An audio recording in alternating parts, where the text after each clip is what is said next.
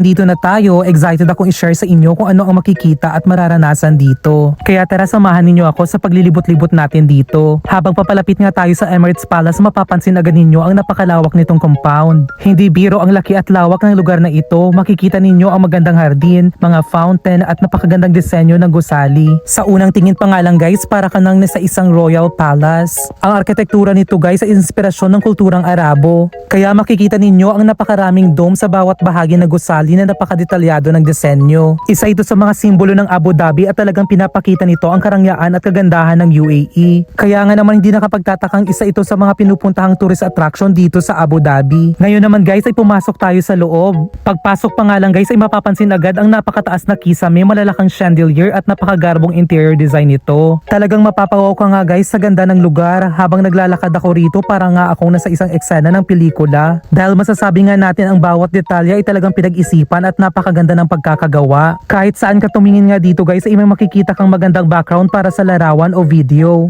Isa nga din sa mga bagay na nagustuhan ko rito guys ay kung gaano kalinis at kaayos ang buong lugar. Talagang mararamdaman mo ang world class na hospitality na ipinagmamalaki ng UAE. Habang naglilibot nga tayo guys, share ko rin sa inyo ilang interesting facts tungkol sa Emirates Palace. Alam ba ninyo guys na isa ito sa pinakamalaking luxury hotel sa buong mundo at kilala ito hindi lamang dahil sa laki at ganda nito kundi dahil din sa mga premium services at experiences na inaalok nito.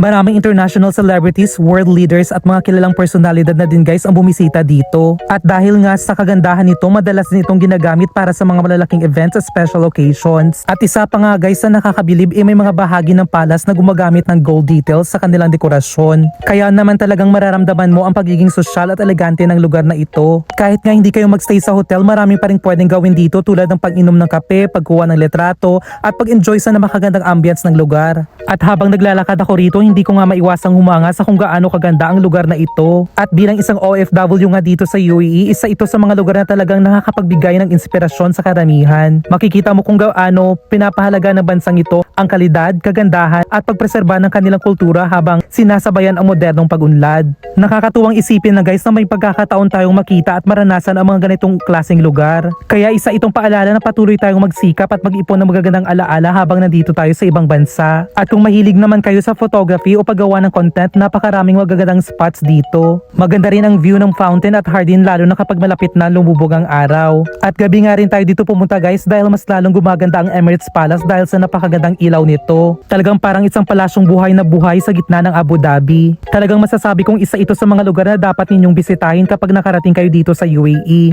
Hindi lang dahil sa ganda nito kundi dahil isa rin itong mahalagang bahagi ng kultura at turismo ng Abu Dhabi. O siya guys, maraming salamat sa pagsama na kwento